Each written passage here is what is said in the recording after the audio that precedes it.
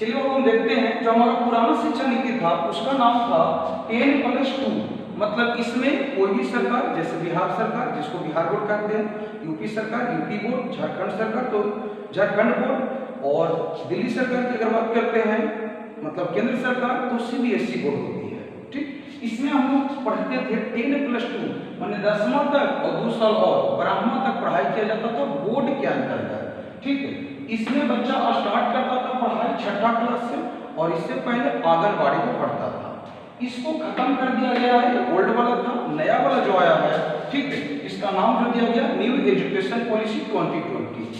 ये वाला education policy है 5+3+3+4। क्या बाबू, 5+3+3+4। यही सबको परेशान करके रख रहा था कि 5+3+3+4 है क्या आखिर। तो इसी को हम बारी बारी समझेंगे। पहले 5 को समझेंगे, फिर 3 को, फिर 3 को, फिर 4 का। जैसे देखिए कि 10+2 में 10 और 2 12 था, 10 और 2 क्या था 12। तो मतलब कि इसमें राज्य सरकार के अंतर्गत हम 12 साल पढ़ाई करते थे। यहाँ पर है 5+3 8, 8 और 3 11, 11 और 4 15। मतलब कि हम 15 साल पढ़ाई करेंगे राज्य सरकार के अंतर्गत। तो आपके माइंड में सवाल आएगा, हाँ सर लगता है ग्रेजुएशन भी बिहार बोर्ड कराएगा? तो नहीं, ग्रेजुएशन हमको यूनिवर्सिटी से ही करना होगा। ये 3 साल पहले जोड़ा गया। क्यों जोड़ा गया अब देखते हैं, इसको हम बारी बारी से समझ लेते हैं, बाद में बताएंगे क्यों जोड़ा गया, रीजन भी। ये 5 क्या है, 3 क्या है, ये 3 क्या है और ये 4 क्या है। सबसे पहले हम समझेंगे इस 5 इसको कहा जाता है फाउंडेशन। इसको क्या कहते हैं, फाउंडेशन। और ये जो 5 है ना, मतलब इसके अंतर्गत 5 साल आपको पढ़ाई करना है। इस 5 इयर्स इसमें पढ़ाई करना है और बच्चा का एडमिशन 3 साल में हो जाएगा। पहले जो एडमिशन 6 साल में होता था, आप बच्चा को स्कूल में नामांकन क्या हो जाएगा 3 साल में हो जाएगा। क्यों नामांकन होगा 3 साल में? क्योंकि 6 साल बहुत अधिक होता था, बच्चा तब तक खेलने कूदने में ज्यादा लग जाता था और वो सीख नहीं पाता था ठीक से। तो इसीलिए कस्तूरी रंजन ने इनको 3 साल कर दिया कि बच्चा को 3 साल से ही स्कूल भेजना है। ठीक, तो 3 ईयर इसमें पढ़ेगा, जिसमें 5 साल में 2 भाग में बांटा गया है, 3 साल और 2 साल। 3 साल प्ले स्कूल में रहेगा और 2 साल में पहला और दूसरा की पढ़ाई करेगा। आप देखते होंगे इसमें बहुत ध्यान रखिएगा, फाउंडेशन में नो एग्जाम है। यही वाला पढ़ के लोग समझ रहे थे कि एग्जाम में खत्म हो गया, नहीं, ये केवल फाउंडेशन एज के लिए है जिसमें कोई एग्जाम नहीं होगा। क्लियर? अब क्यों ऐसा क्यों किया गया, 3 साल से बच्चा जाएगा तो क्या सीखेगा? तो आप देखते होंगे कि जब बच्चा को ले जाया जाता था स्कूल तो टांग कर ले जाते थे, मम्मी लेके जा रहे हैं, हाथ खींच के जा रहे हैं, बच्चा रोते जा रहा है। तो ये चीज बड़ा ही खराब था क्योंकि बच्चा स्कूल जाना नहीं चाहता था। तो इसके लिए कस्तूरी रंजन ने किए कि क्यों ना शिक्षा को मजेदार बनाया जाए। ठीक, अब देखते होंगे कि बच्चा स्कूल में जाता था और भागने लगता था। इस तरीके से आप भी भागे होंगे दीवार कूद के। ठीक, क्यों? रीजन था कि ये बच्चा भागता क्यों है, बच्चा भागता क्यों है, ठीक, या जाना क्यों नहीं चाहता? क्योंकि वहां पर जाते के साथ उसको ABCD 1 2 3 4 5 6 कथा सिखाया जाता था। बच्चा परेशान रहता था, गया और पढ़ने के लिए उसको कह दिया गया। जाना क्यों नहीं चाहता था वो बच्चा? ठीक, ये भाग क्योंकि वो घरवा पे रख कर देखिए ना, कल वो गाड़ी चला रहा है, टायर चला रहा है, ठीक, वो टायर चलाना चाहता था, वो चोर सिपाही वाला खेल खेलना चाहता था, वीडियो गेम खेलना चाहता था। ठीक, ठीक, वो इस तरीके से कंचा अंडा खेलना चाहता था, ये सारी चीज वो गेम खेलना चाहता था। ठीक, इस तरीके से गोले गोले घूर के वो जो गेम होता है, ठीक, ये सारे खेला करता था, लुका छिपी खेला करता था। बच्चा ये चाहता था और हम उसको भेज देते थे स्कूल में। तो किया गया क्यों ना इसको ऐसा कर दिया जाए कि बच्चा को 6 साल की जगह 3 साल में स्कूल ले जाए और पहला 3 साल उसको पढ़ावे कम, खिलावे ज्यादा, ताकि बच्चा कम से कम स्कूल आना शुरू कर दे। अब उसको एक घरे खेल मिलता था, वो चीज हम स्कूल में करावेंगे तो स्कूल में खेलेगा। ठीक है, वो क्या करेगा, स्कूल में खेलेगा। इस तरीके का कंपटीशन उसमें कराया जाएगा, इससे पार कराया जाएगा। तो बच्चा क्या होगा, स्कूल में खेलेगा। इस तरीके के सामान को लगाया जाएगा, फिट कर देंगे ताकि बच्चा अच्छे से स्कूल में खेलते रहे। ऐसा ऐसा चीज ड्राइंग कराएंगे, वीडियो गेम उसको वही देंगे, टीवी उसको वही दिखाएंगे, रैम्स याद करवाएंगे टीवी पर डांस करा कर। ठीक है, तो इसलिए ये सारे चीज कर दिए गए। ठीक है, तो मतलब समझ लेना है कि हमारा जो फाउंडेशन एज है शुरू में, जिसमें 5 साल रखा गया है, शुरू वाला 5 वही है फाउंडेशन वाला। ठीक, जिसमें कितने साल रखे गए हैं, ये 5 साल रखे गए हैं, जिसमें 3 साल केवल बच्चा खेलेगा और 2 साल खेलेगा भी पढ़ेगा भी। ऐसा नहीं कि खाली खेलेगा, तनी बनी पढ़ेगा भी। ठीक है, खेलेगा और पढ़ेगा, इसमें कोई एग्जाम होने वाला नहीं है। तो ये हमारा हो गया 5। ये 5 में समझिए। अब इस 3 की बात करते हैं। ये 3 क्या है,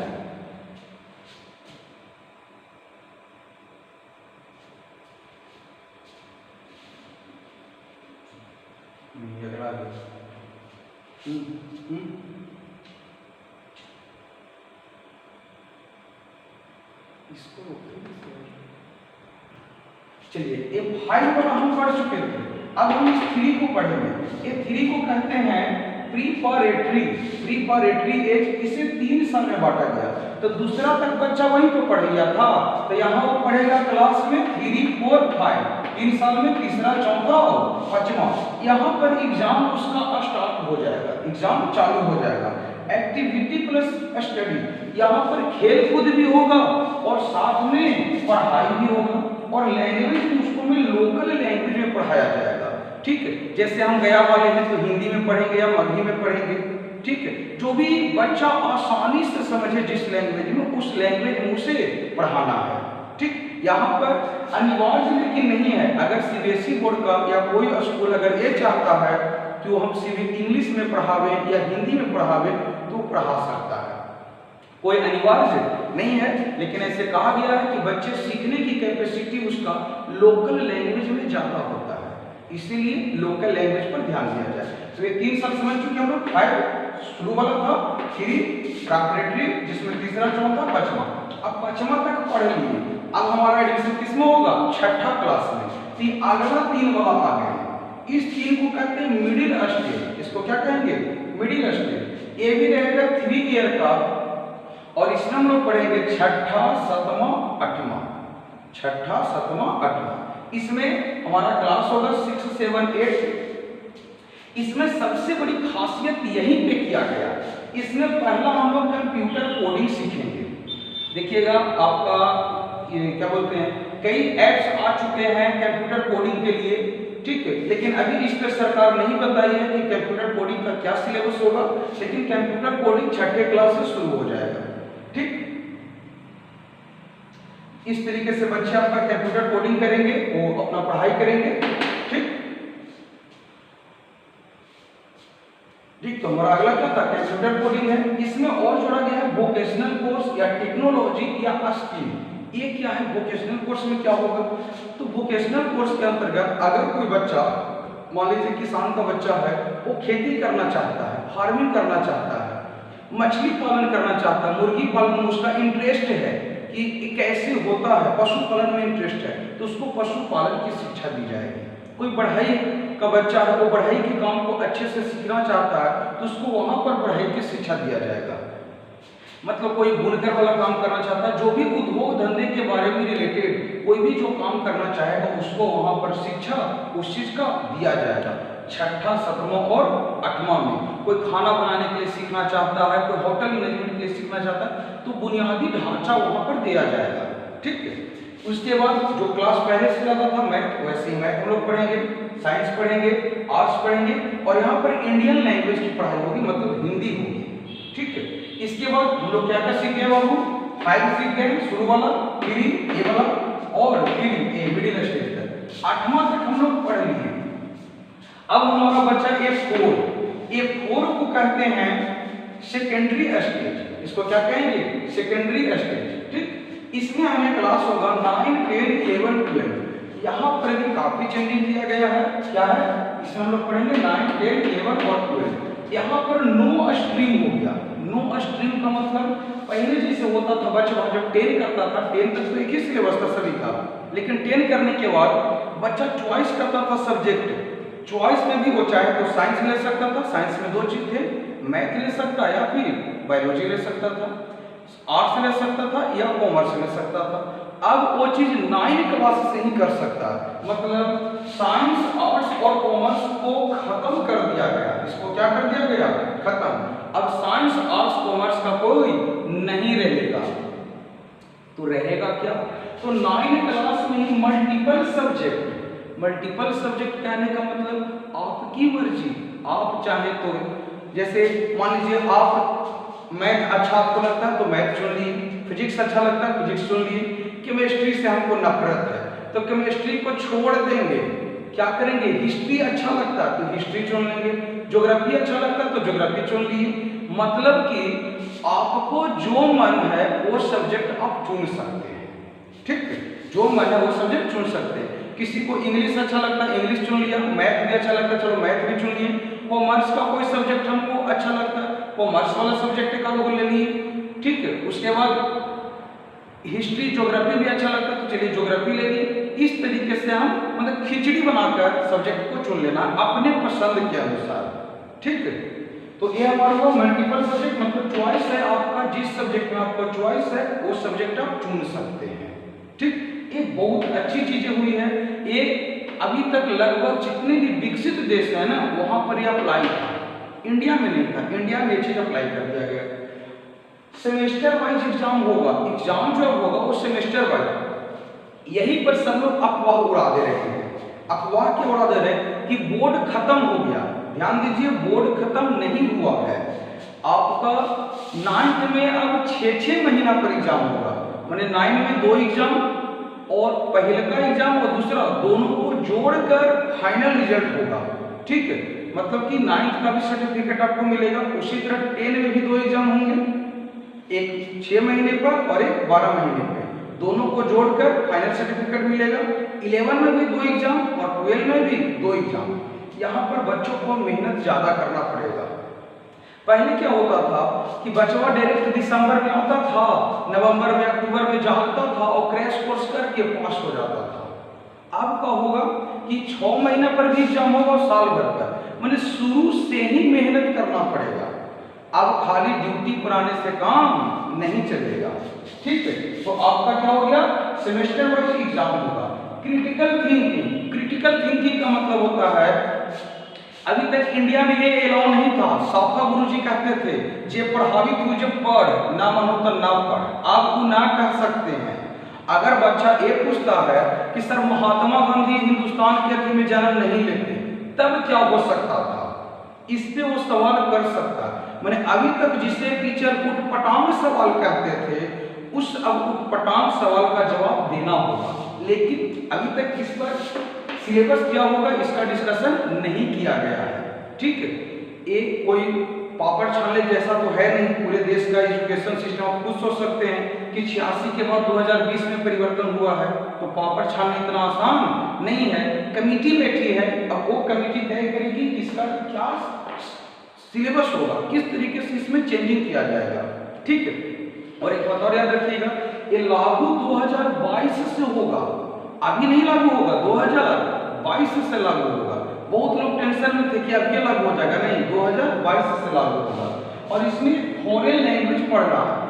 फॉरेन लैंग्वेज का मतलब इंग्लिश सबसे अच्छा लैंग्वेज है फॉरेन में, या इसके अतिरिक्त आपको मन करता है तो कोई भी देश का कोई भी लैंग्वेज पढ़ सकते हैं। इसमें चाइना का एक मंडारिन भाषा था जिसको नहीं पढ़ने के लिए कहा गया है, माने ये सिलेबस में नहीं रहेगा। इसके अलावा जो भी सब्जेक्ट है आप पढ़ सकते हैं, ठीक? एक बार फिर से देख लेते हैं, यही सबसे इंपॉर्टेंट था। 9, 10, 11, 12 पहला चीज नो स्ट्रीम, मतलब जो कहलाता था बच्चा हम साइंस का स्टूडेंट है, खत्म। ना साइंस ना कॉमर्स ना आर्ट्स, कुछ नहीं, सब एक जैसा। मल्टीपल सब्जेक्ट को चॉइस कर सकते हैं, जो सब्जेक्ट आपका मन है उसको चुन के आप पढ़ सकते हैं। सेमेस्टर वाइज एग्जाम माने हर 6 महीना पर एग्जाम होगा और दोनों एग्जाम को जोड़कर रिजल्ट आपको सर्टिफिकेट दिया जाएगा।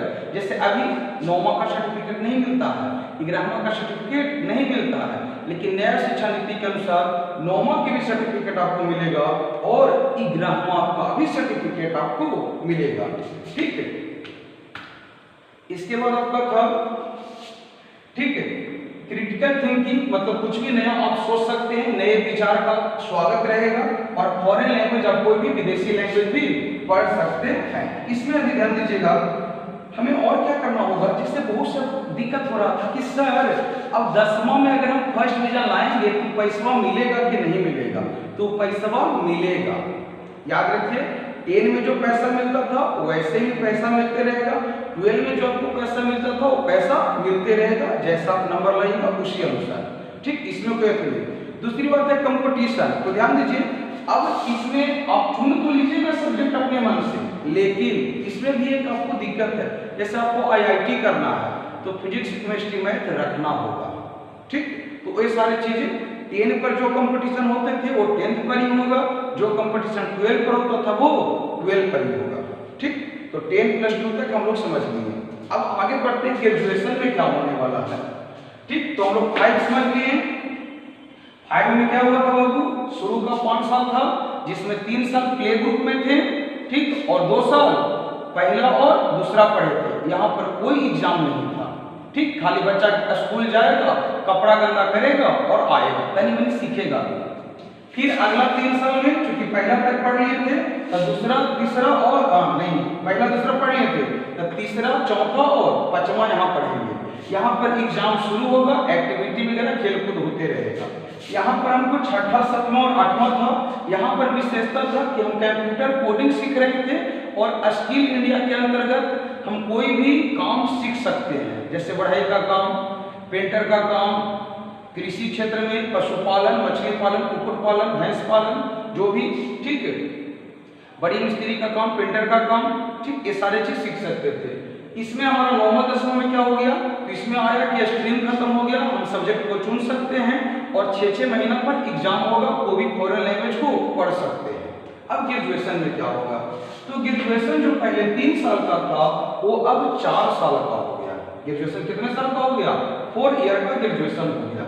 लेकिन इसमें चूंकि हम लोग पहले बताया कि स्ट्रीम खत्म हो गया तो BA BSc BCom जो कहलाता था वो खत्म, अभी सब ना कहलाएगा, कहे कि हम अपने मन से सब्जेक्ट चुन सकते हैं।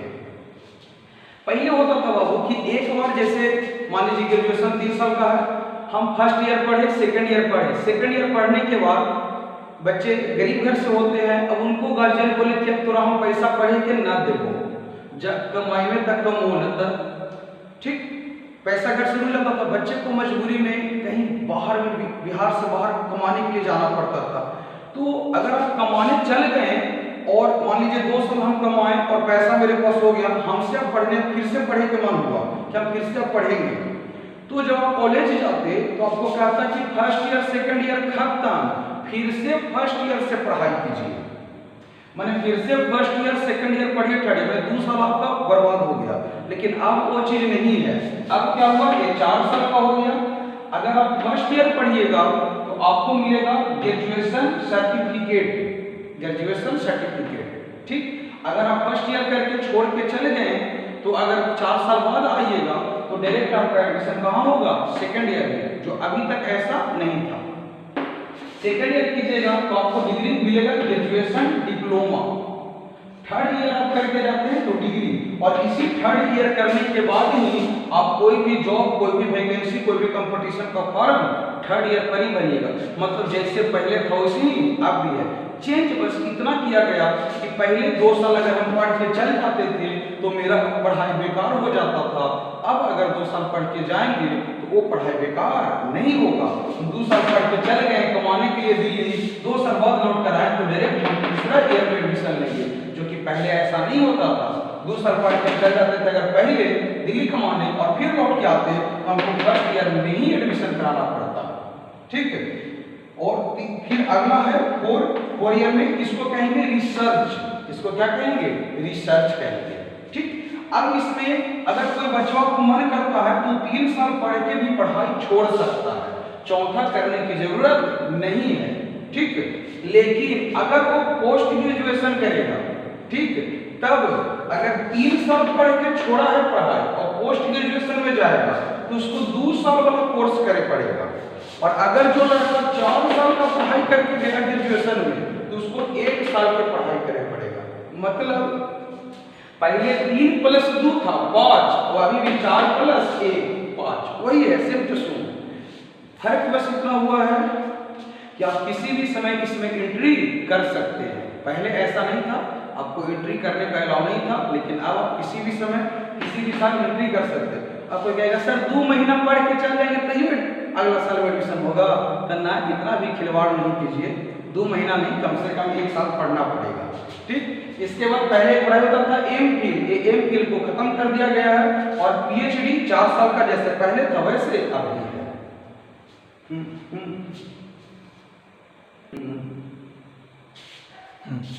चलिए अगला हम लोग देखते हैं कि ये तो हम लोग पढ़ लिए नर्सरी क्लास से लेकर पीएचडी तक के। अब इसका क्या क्या फायदा और क्या क्या नुकसान है, तो हमें क्या क्या पॉजिटिव इससे मिलने वाला है। तो पहला पॉजिटिव है वो अभी तक शिक्षा पर मात्र 3% समथिंग ही जीडीपी का इस्तेमाल होता था। मतलब जीडीपी का कहने का मतलब होता है कि अगर देश हमारा 100 रुपया कमा रहा तो उसका मात्र 3 रुपया शिक्षा पर खर्च होता था। ठीक है, लेकिन अब उसका कितना लगभग दुगना 6 रुपया खर्च किया जाएगा। अब इसके अंतर्गत स्कूल फी को मेंटेन किया जाएगा। सारे स्कूल जो सीबीएसई स्कूल हैं जो अभी तक मनमाना फी लेते थे, मनमाना किताब लगाते थे, इस पे रोक लगाया जाएगा।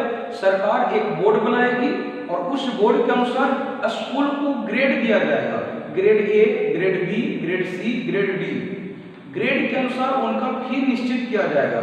ग्रेड ए वाला इतना ले सकता है, maximum MRP maximum retail price set किया जाएगा स्कूल के लिए कि आप इतना ही पैसा ले सकते हैं, इससे ज्यादा नहीं ले सकते। ठीक, ये हमारा एक फायदा हुआ। तीसरा फायदा वोकेशनल कोर्स को ऐड किया गया 6ठा, 7वां और 8वां में। ठीक है, अगला रिजल्ट। रिजल्ट में बहुत बड़ी खूबी लाई गई है, विशेषताएं जोड़ी गई है। किस प्रकार का विशेषता है, तो पहला तो रिजल्ट में मार्क्स जोड़ा जाएगा, मतलब जो अभी तक होता था जो। इसके बाद बच्चा सिर्फ अपने आप के बारे में नंबर देगा, जिससे कोई पूछने वाला होता नहीं है उसमें क्या खासियत है, क्या खूबी है, तो अपने आप को भी नंबर देगा। पूरा स्टूडेंट भी उसको नंबर देगा कि फलाना पढ़े में मतलब उसका बिहेवियर कैसा है, फ्रेंडशिप कैसा है, दुष्ट है, अच्छे प्रवृत्ति का है। तो अब आपको चूंकि नंबर अच्छा लाना है, ग्रेड सर्टिफिकेट पर अच्छा दिखाना है, तो आप अच्छा बनिएगा, फ्रेंड के साथ अच्छा दोस्ती कीजिएगा।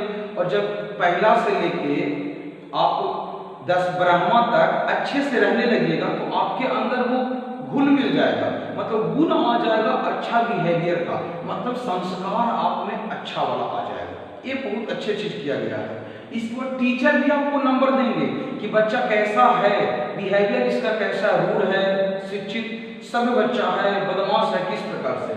मतलब कहने का मतलब हुआ कि फ्रेंड और टीचर के नंबर की वजह से बच्चा सही तरीके से रहने लगेगा, मतलब डिसिप्लिन मेंटेन करेगा, फ्रेंड के साथ अच्छा व्यवहार करेगा, टीचर के लिए डिसिप्लिन मेंटेन करेगा, और दोनों की वजह से वो एक बहुत ही मतलब अच्छा बॉय बन जाएगा, अच्छा लड़का बन जाएगा।